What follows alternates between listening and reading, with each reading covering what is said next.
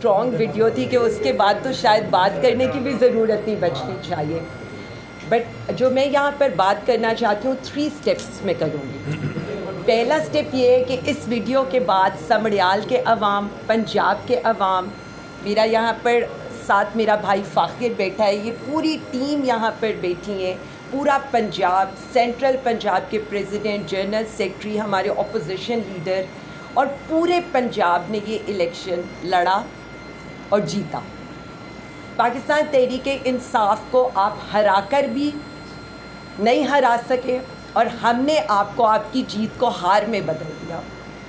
मैं यहाँ पर सिर्फ इतना कहूँगी कि शुक्रिया वज़ीर आज़म इमरान खान, अगर आप ना होते तो हमें ना पता चलता कि फॉर्म 45 कैसे लिया जाता है। अगर आप ना होते तो हमें ये भी ना पता होता कि हमने अपने हक़ के लिए, अपने वोट के लिए पोलिंग स्टेशन पर लड़ना है।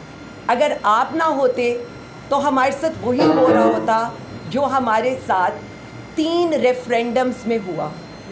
हमें आज तक यही ना पता चलता कि अवाम के वोट को किस तरह से तब्दील किया जाता है। खुशी की बात यह है कि ये कौम भी जाग चुकी है और इससे अपने कौम को एहसास है कि उन्होंने अपने हक़ के आगे कैसे खड़ा होना है। अनफॉर्चुनेट होती हैं ये चीज़ें, लेकिन मुझे ये लगता है कि ये हमारी स्ट्रगल के वो संगे मील होते हैं जो हमें और मुस्तहकम और मजबूत, हमारे इरादों को और पुरअज़म बनाते हैं। मैंने क्यों कहा कि 3 स्टेजेस हैं इस सारी जद्दोजहद के और इस सारी रिगिंग के। रिगिंग स्टार्ट बहुत पहले से हो गई थी, लेकिन हमें ये पता था कि ये इलेक्शन हम जीत रहे हैं। आप जितनी मर्ज़ी प्री पोल रिगिंग कर लें, हम इलेक्शन जीत रहे हैं, क्योंकि हमारी जो ग्राउंड की कैंपेन थी वो हमें ये बताती थी कि लोग सिर्फ वज़ीर आज़म इमरान खान के साथ हैं। आपने 3 साल जुल्म किया, फस्तायत बरती, लेकिन अवाम नहीं मान रही थी। कैसे मैं ये कह सकती हूँ कि रिगिंग स्टार्ट हुई? आपने देखा हमारे पोस्टर्स उतारे गए, लेकिन दूसरी तरफ क्या हालात थे? दूसरी तरफ एक इंस्टीट्यूशन के नाम के ऊपर ये पूरा इलेक्शन लड़ा गया। स्टार्टेड फ्रॉम कि उस इंस्टीट्यूशन के नाम के ऊपर ये इलेक्शन लड़ा गया, टिल कि आपने आखिर में शुक्रिया की ट्वीट भी कर दी। तो कंट्रोवर्शियल इंस्टीट्यूशन को कौन कर रहे हैं? वही लोग कर रहे हैं जो इसके बेनिफिशरी हैं। हम जमहूरियत पसंद हैं, जमहूरियत पसंदी के उसमें रहकर हम अपने आइन और कानून के दायरे में रहकर हमने ये इलेक्शन लड़ा और हमें फ़ख्र है कि अल्लाह रब्बुल इज़्ज़त की मदद के बाद अवाम की हमायत से हमने इसको जीता है। मोस्ट इम्पॉर्टेंट चीज़ जो यहाँ पर थी, जो नोट की आपके ही कई साथियों ने और हम तक पहुँचाई भी, जब 2024 का रिज़ल्ट आया, रिज़ल्ट की एक शीट आई और 2025 के रिज़ल्ट की शीट आई, तो टोटल वोटर की तादाद में 14,000 वोटर का फ़र्क था। ख़वातीन के ज़्यादा वोटर से और बंदों के कुछ कम वोटर से, लेकिन ऑन द टोटल 14,000 वोटर आप अपनी जेब में डालकर इस इलेक्शन में आए, क्योंकि उनका कोई ना इंदराज था किसी वोटर लिस्ट में और ना कभी ईसीपी ने किसी किस्म का नोटिफिकेशन इशू किया था कि इतना बड़ा ह्यूज डिफरेंस 1 साल में वोटर के उसमें आ चुका है तादाद में। सो 14,000 तो आपकी जेब में था जो वोटर लिस्ट में एग्जिस्ट ही नहीं करता था। उसके बाद आपने किस किस तरह से इलेक्शन के अपने लॉज के परखच्चे उड़ाए। हमारे टोटल 186 पोलिंग स्टेशन थे, जो 139 पोलिंग स्टेशन थे, जो रूल अपना ईसीपी का कहते हैं कि आप एक पोलिंग स्टेशन पर 1300 से ज़्यादा वोटर रजिस्टर्ड नहीं कर सकते। आपके 139 पोलिंग स्टेशन ऐसे थे जहां पर आप 1300 वोटर्स से ज़्यादा को रजिस्टर कर रहे थे। तकरीबन 41 वो थे जहां 1800 से भी आप एक्सीड कर गए और 15 पोलिंग स्टेशन ऐसे थे जिन पर आप 2000 से भी एक्सीड कर गए। रीज़न वही जो मैंने आपको बताया, जो मेरे पहले क्लेम को सेकंड करता है कि नकल के लिए भी अकल चाहिए। आप 14,000 फिल तो करते रहे, लेकिन आपने किया इसमें भी डाल दो, उसमें भी डाल दो, और आपको ये याद ही नहीं रहा कि आपका अपना लॉ क्या कह रहा है। फिर आज आपने आखिरी टाइम में ब्लॉक कोड शिफ्टिंग की। ये आपको यहाँ पर नज़र आ जाएगा कौन कौन से ब्लॉक कोड कैसे शिफ्ट किया गया। वो भी आखिरी घंटों में, आखिरी दिनों में नहीं हो सकता। और मैं जो आपके आगे सारा कुछ डेटा रख रही हूँ, उसके साथ मैं इलेक्शन का अपना लॉ भी रख रही हूँ। चलें आगे तो हम आएंगे ना कि फॉर्म 45 की क्या इरेगुलरिटीज़ थी, आपने फॉर्म 45 में क्या किया। मतलब मुझे तो नहीं पता कि इलेक्शन हमने तो वही लड़ा जो पीटीआई के साथ होता है, लड़वाया, अब तो ख़ुद भी लड़ लिया। फॉर्म 45 ऐसा हो ही नहीं सकता कि पीटीआई के पोलिंग एजेंट के बग़ैर काउंटिंग हो जाए, उसके सिग्नेचर्स ना हो, उसको नतीजा ही ना दिया जाए। मतलब मैं ये तो बाद में बताऊंगी कि आपने किया क्या उस केस के अंदर, लेकिन फॉर्म 45 तो कोई वैलिड है ही नहीं ना, क्योंकि उसके ऊपर तो जो हमारा कैंडिडेट है उसके पोलिंग एजेंट के तो ना थंब इम्प्रेशंस हैं ना उसके सिग्नेचर्स हैं। अब ये हुआ कैसे वो हम आगे जाकर बात करते हैं। उसके हमने बता भी दिया कि अगर फॉर्म 45 होगा तो हमारा लीगल रेफरेंस क्या होगा। जिन पे प्रिजाइडिंग अफसर के भी, हाँ जी, कुछ हैं जिन पे प्रिजाइडिंग ऑफिसर्स के भी साइन नहीं है, वो अभी वो भी बताते हैं। अच्छा जी, पुलिस इन्वॉल्वमेंट देखें। अब हम अगर आ जाए, मतलब पहले मैं फैक्ट्स पे आती हूँ और फिर मैं पॉलिटिकली बताने की कोशिश करती हूँ। अगर हम ये टर्न आउट डिस्क्रिपेंसीज वाली 13 नंबर स्लाइड पर चले जाए, जो बात अभी वकास भाई ने शुरू में की थी, आपका जो जनरल इलेक्शन है उसका टर्नआउट हमेशा ज़्यादा होता है।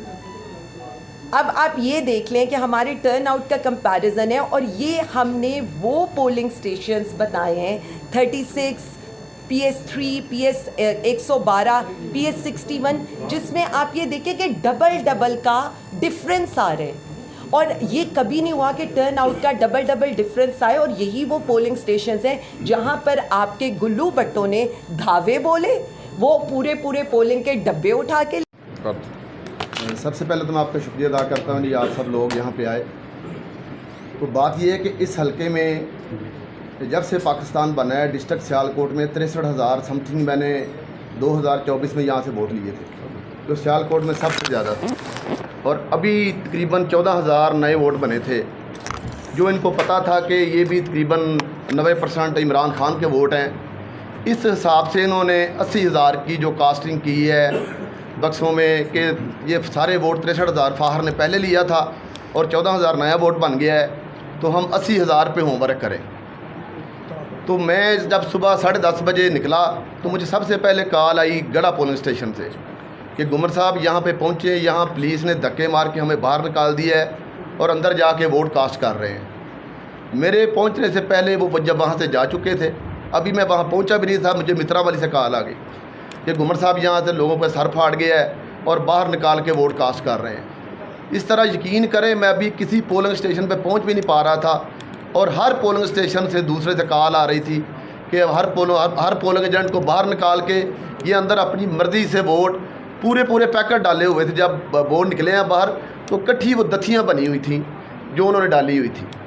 हमारे बड़े पोलिंग स्टेशन ऐसे हैं, जैसे लोपो वाली है एक, वो मुझे बंदा सुबह ही मिला आके, तो कहता है जी हमारा टोटल गुमर साहब 1400 वोट है और तकरीबन 275 लड़के बाहर गए हुए हैं और 100 के करीब लोग फौत हो चुके हैं। और पिछली दफ़ा वहाँ 600 के करीब वोट कास्ट हुआ था और अब वहाँ पे 1300 समथिंग वोट कास्ट कर दिए उन्होंने, और लड़ाई भी पूरी दिन वहाँ रही। तो हर पोलिंग स्टेशन पे उन्होंने वोट भी डाले। इसके बावजूद मैंने 3 बजे कहा कि इन्होंने अगर वोट डाल भी दिए हैं हम फिर भी जीत रहे हैं। फिर इन्होंने क्या किया कि फिर उन्होंने बक्स उठाने शुरू कर दिए, वहाँ से प्रिजाइडिंग अफसर को बिठा लिया, बक्स भी उठा लिए। फिर लोगों ने रोका, कहीं तो रुके, कहीं ने लड़ाई की, कहीं नहीं लड़ाई कर सके, वहाँ से वो गाड़ियाँ लेके भाग गए। तो हम ये पैगाम देना चाहते हैं कि अगर आपने ऐसे ही इलेक्शन करवाना है तो इलेक्शन ना करवाएं, वैसे ही कह दें कि ये फ़लाँ MP है, फ़लाँ MNA है। अगर आप इस बात पे हैं कि हमारी मर्ज़ी होगी तो हम किसी को जितवाएंगे, हमारी मर्ज़ी होगी तो हम किसी को हरवाएंगे, तो हम भी आपको पैगाम देना चाह रहे हैं कि हम हक़ के लिए, इंसाफ के लिए हम भी लड़ते रहेंगे, मरते दम तक इमरान खान के साथ रहेंगे, आइन की बालादस्ती के लिए, कानून की बालादस्ती के लिए। ये मुल्क पाकिस्तानी अवाम के वोट से बना था, ये अदारे पाकिस्तानी अवाम के मुलाजम हैं, इन्होंने यहाँ पे मुलाजमत करनी है और ये अदारे हम पे हाकम बने हुए हैं। और ये जद्दोजहद पाकिस्तान तहरीक इंसाफ इमरान खान की क़यादत में हमेशा करती रहेगी। हमने बड़ा पुरअमन रहने का मुजाहरा किया और उसके बाद जब मैं वहाँ हम बाहर इकट्ठे हुए तो मुझे कहने लगा, वहाँ पे एक SP था, जी गुमर साहब आप अकेले अंदर जा सकते हैं। चले मैं अंदर चला गया तो वहाँ आरओ ने मुझे बिठा दिया एसी वहाँ जो सिस्टर के मेन उनके कमरे में। थोड़ी देर बाद आया है तो आके मुझे कहता है जी मैं आपसे शुरू करूँ। मैंने कहा करें जी शुरू। कहता है जी कोल्डी बौरा एक पोलिंग स्टेशन है, आपके वहाँ 100 कुछ वोट हैं, उनके 300 कुछ हैं। और कोल्डी बौरा वो पोलिंग स्टेशन था जहाँ पे टोटल गाँव मेरी तरफ था। मैंने कहा जी आपकी पुलिस वहाँ जाके प्रिजाइडिंग ऑफिसर को भी और सारे आपने बक्स उठा के लेके आए हैं, ये आपने फॉर्म दूसरे कमरे में बना के लेके मुझे दिखा रहे हैं, इसके आगे चलें। उसके आगे उसके पास कोई नहीं था, कोई सिर्फ एक ही था। मैंने कहा फिर मैं बाहर चला जाता हूँ, आप मर्ज़ी के जितने मर्ज़ी फॉर्म 45 बना के तो रिज़ल्ट अनाउंस करें। ना आपको कोई आइन की पासदारी है, ना इन लोगों को कोई खुदा का खौफ है। पता नहीं ये क्या समझते हैं, कोई ब्रांडेड जुतियाँ पहन के और कोट पहन के और पैसे बना के शायद ये कोई खुदा बने हुए हैं। हम हक और सच के लिए खड़े हैं और इमरान खान की क़यादत में हमेशा हक के साथ खड़े रहेंगे, सच के साथ खड़े रहेंगे, इंसाफ के लिए सब कुछ कर रहे हैं। जितनी कुर्बानियाँ तहरीक इंसाफ के लोगों ने दी हैं, जितनी उनकी इंसल्ट की गई है, ये बेशक इंसल्ट इस पाकिस्तानी कौम की ये अदारे कर रहे हैं।